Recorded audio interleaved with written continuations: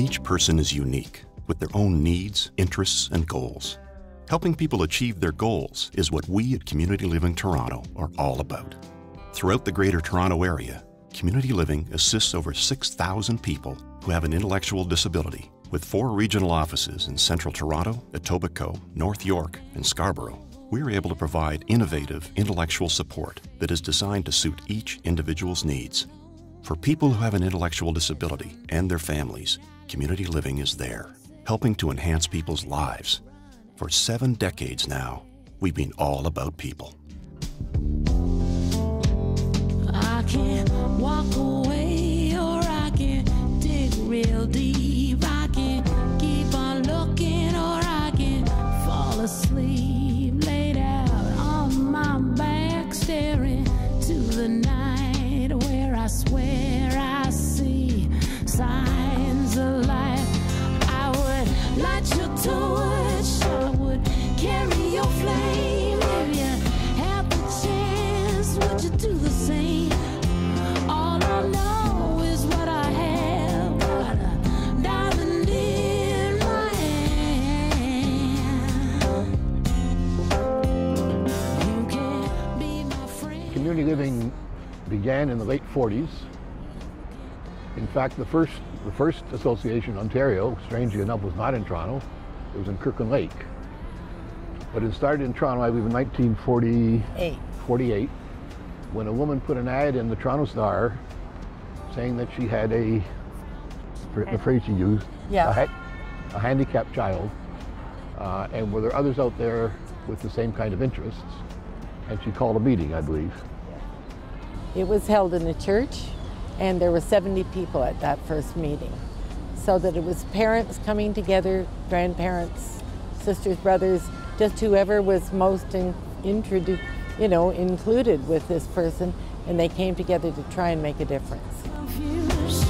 All I know is what I have, I got a diamond in my hand. Community Living is an amazing advocate within the sector as far as raising the awareness and providing what I'd classify as indirect support to numerous individuals, whether it's working with the government as far as funding is concerned, whether it's connectability program that we currently have, whether it's pulling together other agencies as far as how can we do things better for the individuals that we support. Majority of our members are parents of persons with handicap. Although we have many other people who just selected this particular kind of organization to make their contribution to society. But the largest number have always been and will remain, I suspect, parents. Although more and more we are bringing people with intellectual handicaps into the mainstream of the organization. What I do as a member, I participate into a lot of committees, and I'm on like different board council meetings, and I come to many other advocacy programs, and I even as well participate into a research program that works with people with pictures of people with disabilities. Even when I went to the Self-Advocates Conference in Niagara Falls back in 2004, during the open mic session, I talked about getting the School of the Arts in their own community, which I brought that up, and a lot of people were cheering for me. All I know is what I have, I got a diamond in my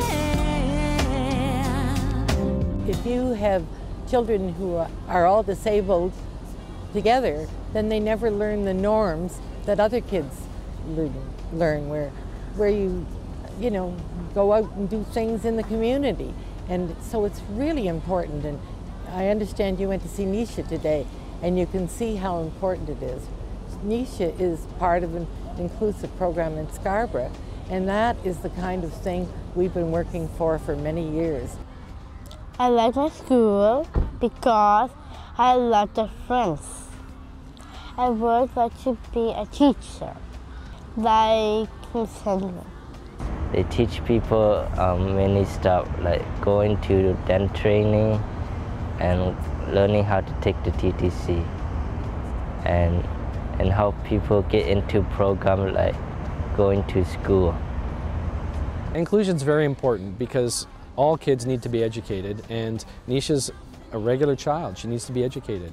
We shouldn't be asking why inclusion, we should be asking why not. Community living made me who I am today. Like, I am more comfortable. I believe in myself, I believe in my rights. I know my son has the right to go to school and the right to participate in the community. So I feel empowered.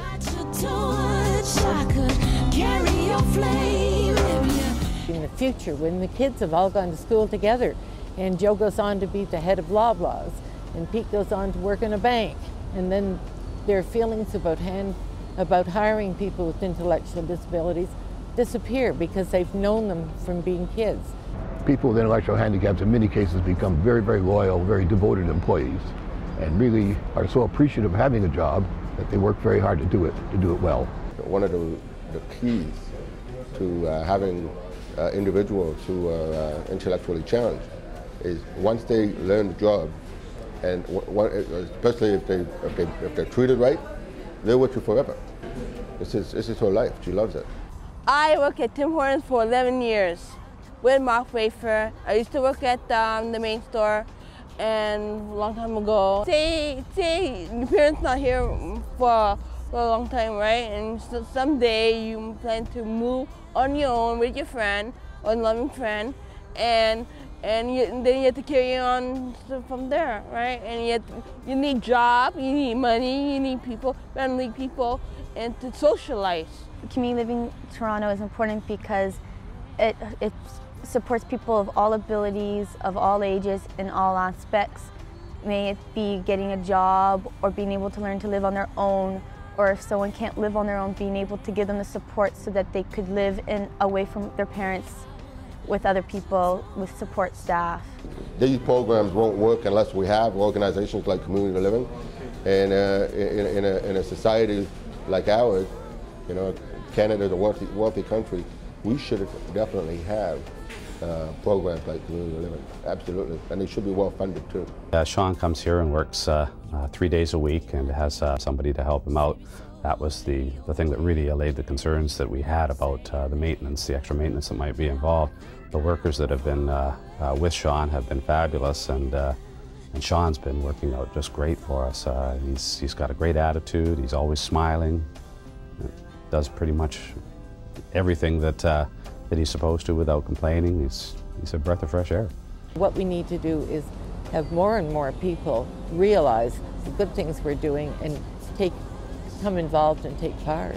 Community Living receives the majority of its support from the Ontario government at this point, and although we greatly appreciate that support, it's not enough to cover all the programs and all the individuals that we want to continue to support.